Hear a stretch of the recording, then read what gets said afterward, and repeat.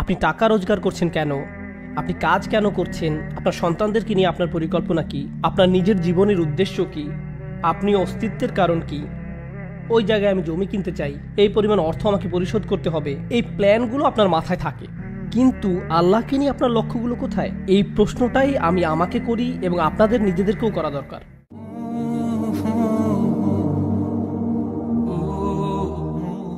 এখন যে জিনিসটাতে আমি আপনাদের দৃষ্টি আকর্ষণ করতে চাই তা হলো বাহির বনাম ভিতর।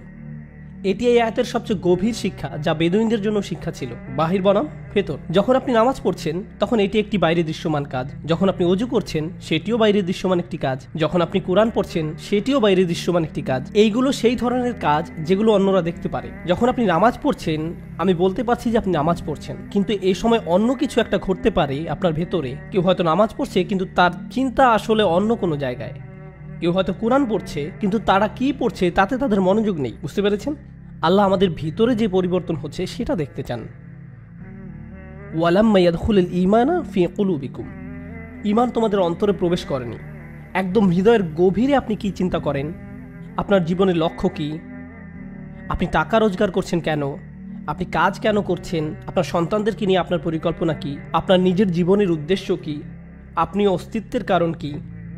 প্রত্যেকের আর্থিক লক্ষ্য আছে। আপনি ভাবেন যে এই পরিমাণ অর্থ আমি এই বছর উপার্জন করব, এত পরিমাণ সঞ্চয় করতে চাই, ওই জায়গায় আমি জমি কিনতে চাই, এই পরিমাণ অর্থ আমাকে পরিশোধ করতে হবে। এই প্ল্যানগুলো আপনার মাথায় থাকে। কিন্তু আল্লাহকে নিয়ে আপনার লক্ষ্যগুলো কোথায়? এই প্রশ্নটাই আমি আমাকে করি এবং আপনাদের নিজেদেরকেও করা দরকার। এবং আপনার অর্থ, গাড়ি, স্কুল, বিয়ে, এসব সকল বিষয় নিয়ে আপনার মনে যেই চিন্তা আছে সেগুলো আপনার হৃদয়ে জায়গা করে ফেলে। আপনি সব সময় সেগুলো নিয়ে চিন্তা করেন। আপনি যখন গাড়ি চালান আপনি তখন চিন্তা করেন। বাসায় বসে থাকলে আপনি সেগুলো নিয়ে চিন্তা করেন। এর অর্থ এই জিনিসগুলোতে আপনার অন্তর পরিপূর্ণ হয়ে গেছে। আল্লাহ নিজের জন্য সেই জায়গাটি চান। আল্লাহ বলছেন না যে আপনি সেই চিন্তাগুলো করবেন না, কিন্তু এ সব কিছুর মাঝে আল্লাহর স্থানটি কোথায়? আমি আল্লাহর জন্য কি করছি? আমি আল্লাহর জন্য কি করছি? অন্যান্য ধর্মে সর্বত্র এটাই এখন দুনিয়ার চিত্র।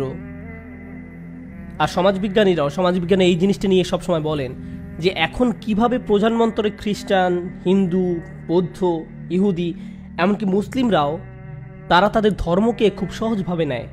এটা এমন জিনিস যেটা তাদের বাবা মা তাদেরকে উত্তরাধিকার সূত্রে দেয়। তাই বেশিরভাগ সন্তান যারা আজকাল বড় হচ্ছে ধার্মিক হচ্ছে না, কারণ এটা শুধু তাদের বাবা মার একটি সংস্কৃতি।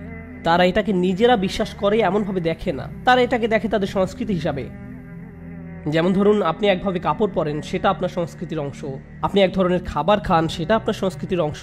আমাদের সংস্কৃতিতে আমরা এইভাবে প্রার্থনা করি, আমাদের সংস্কৃতিতে এই ধরনের প্রথা আছে, এই ধরনের ঈদ বা এই ধরনের উৎসব আছে। এগুলো শুধুই সাংস্কৃতিক ব্যাপার। তারা কিন্তু বিরিয়ানি বা বাখলাবা খায় না, তারা পিৎজা খায়, তারা বার্গার খায়। তারা আমাদের থেকে ভিন্ন। তাই তারা যখন পুরাতন সংস্কৃতি থেকে বের হয়ে যায়, অনেকেই সাথে সাথে পুরাতন ধর্ম থেকেও বের হয়ে যায়। এটা শেষ, কারণ পুরো ধর্মটা তাদের কাছে শুধুই সংস্কৃতি ছিল।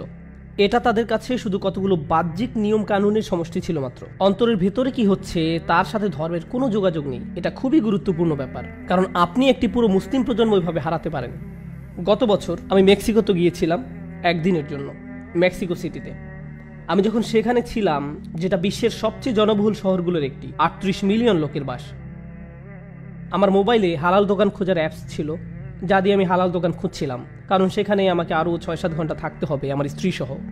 আমি 2টা রেস্টুরেন্ট পেলাম, তো আমরা একটা মরক্কান রেস্টুরেন্টে গেলাম। যাই হোক, আমরা গেলাম সেখানে। সেই মরক্কান ভাই এই রেস্টুরেন্টটি চালু করেন 1972 সালের দিকে। এটা তখন সেখানকার 2টা হালাল রেস্টুরেন্টের মাঝে একটা ছিল। এটি ছাড়া আরেকটা পাকিস্তানি রেস্টুরেন্ট আছে। তো আমরা কথা বলা শুরু করলাম। আমি প্রশ্ন করলাম, তুমি ব্যবসা করো কিভাবে? তোমার ক্রেতা কোথায়? পুরো শহরে যে জুমাটা হয় সেখানে মাত্র 2 থেকে 300 লোক আসে। মনে হয় 2টি মসজিদ আছে, সব মিলে 300 লোক হবে। এর মাঝে একটা মসজিদ হচ্ছে আবার একজন বয়স্কা মহিলার, যিনি মুসলিম হয়েছিলেন এবং তার বাড়িটা মসজিদ হিসাবে দান করে দিয়েছেন, এবং জুমার নামাজ সেখানেই হয়েছিল। আমি জিজ্ঞেস করলাম, এরাই কি সর্বমোট মুসলিম জনগোষ্ঠী? সে বলল, না, এরাই সব না। মূলত 1970 বা 80-র দিকে মেক্সিকো তার বর্ডার খুলে দিয়েছিল, কারণ তারা তাদের ইঞ্জিনিয়ারিংয়ে অনেক উন্নয়ন করতে চাচ্ছিল। তাই তারা তাদের বর্ডার খুলে দিয়েছিল। তখন সিরিয়া, জর্ডান, বাংলাদেশ, এরকম বিভিন্ন মুসলিম দেশ থেকে লোকজন আসলো সেখানে, লাখে লাখে লাখে লাখে। তারা বিভিন্ন ধরনের ইঞ্জিনিয়ারিং, মেকানিক্যাল, এই ধরনের টেকনিক্যাল কাজে সেখানে যোগ দিল। তো আমি জিজ্ঞেস করলাম, তারা সবাইকে আবার ফেরত গেছে? তারা সবাইকে আবার ফেরত চলে গেছে? সে বলল, না, তারা আছে, শুধু তাদের সন্তানরা আর মুসলিম নেই, তাদের সন্তানরা আর মুসলিম নেই। লাখে লাখে লোক এবং মাত্র কয়েকশো লোক জুমা পড়ছে। এটা খুবই বাস্তব একটি ঘটনা। এই ধরনের ঘটনা ঘটে যখন আপনি শুধু আপনার কাজ নিয়ে চিন্তা করেন। আপনি টেবিলে খাবার সরবরাহ করেন, কিন্তু আপনি আপনার অন্তরের ক্ষুধা নিয়ে চিন্তাই করেন না। আমরা মুসলিম, আলহামদুলিল্লাহ, আর কি দরকার? শুনুন, আপনি হয়তো চিন্তা করছেন আপনার ক্যারিয়ার, আপনার সঞ্চয়, আপনার ভবিষ্যৎ নিয়ে, কিন্তু আমি একটা ভয়ানক কথা বলি যেটা নিয়ে আপনি আমাদের সবার চিন্তা করা উচিত। যখন আমরা আল্লাহর সামনে দাঁড়াবো, আমাদেরকে আল্লাহকে জবাব দিতে হবে। কেন লা ইলাহা ইল্লাল্লাহর যে উপহারটি আপনাকে দেয়া হয়েছিল, আমাকে দেয়া হয়েছিল, মুহাম্মদুর রাসূলুল্লাহ সাল্লাল্লাহু আলাইহি সাল্লামের যে উপহারটি দেয়া হয়েছিল আমাদেরকে, যেটা খুব সহজে আমরা আমাদের সন্তানদের মনে গেঁথে দিতে পারতাম, তা কেন আমরা করতে ব্যর্থ হয়েছি? কারণ আমরা অন্য কাজে ব্যস্ত ছিলাম। অন্য কাজে এতই ব্যস্ত ছিলাম যে 2-1 প্রজন্মের মাঝেই লা ইলাহা ইল্লাল্লাহ বলার মতো আর কেউ থাকছে না। এই জন্য আল্লাহর কাছে আমাদেরকে জবাবদিহি করতে হবে। فطال عليهم الأمد فقست قلوبهم وكثير منهم فاسقون।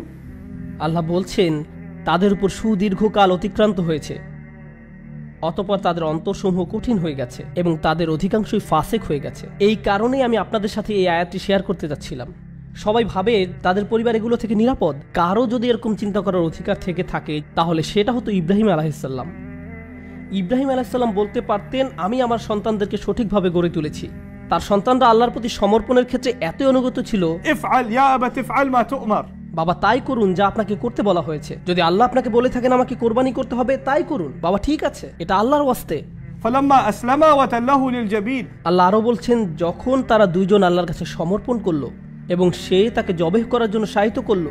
এমনকি এই পিতা ইব্রাহিম আলাইহিস সালাম, উনি নিজের সন্তানদের সম্পর্কে এতটাই চিন্তিত ছিলেন যে উনি আল্লাহর দিকে ফিরে বললেন, আমাকে ও আমার সন্তান সন্ততিকে মূর্তি পূজা থেকে দূরে রাখুন।